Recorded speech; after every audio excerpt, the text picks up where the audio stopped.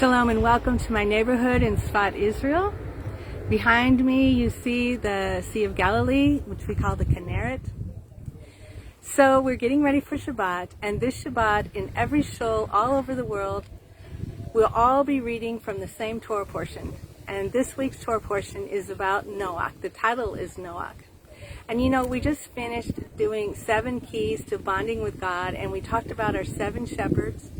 And even though those shepherds are amazing, like Abraham, Isaac, Jacob, Moses, Aaron, David, and Joseph, none of them have a Torah portion named after them.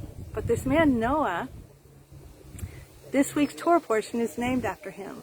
So what we learn from that is that his name embodies like an ideology, a lifestyle. And we know that Noah found favor with God, and so when we embody that lifestyle, then we have favor with God.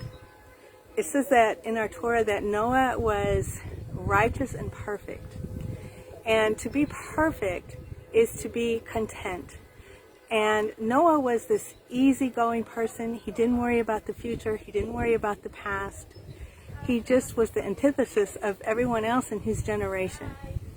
And he found favor with God. So when we say that we are sons of Noah, which we all come, everyone alive today comes from Noah and his family.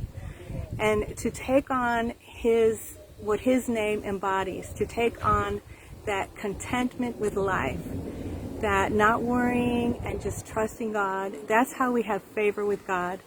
And so let us all just rest and take on that meaning of Noah's name, of what it means to just live life in the moment, to be easygoing, to be content, to not worry about the future, think about the past, but just, because when we do that, we're not really living right now.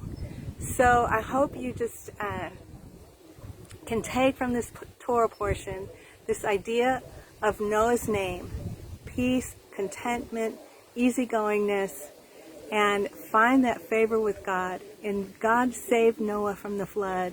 And when we tap into that, when we find that favor with God by being the kind of person He wants us to be, righteous and perfect, complete, by being just content in the moment, then He saves us from our calamities.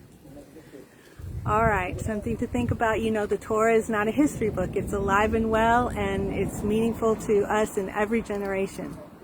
So we can go each week and not just read about Noah and the flood. Oh, it's something that happened a long time ago. But there's always a relevant meaning for us today. So be content, be at peace, be easygoing, be in the moment, enjoy your life, have favor with God. All right, blessings from Israel.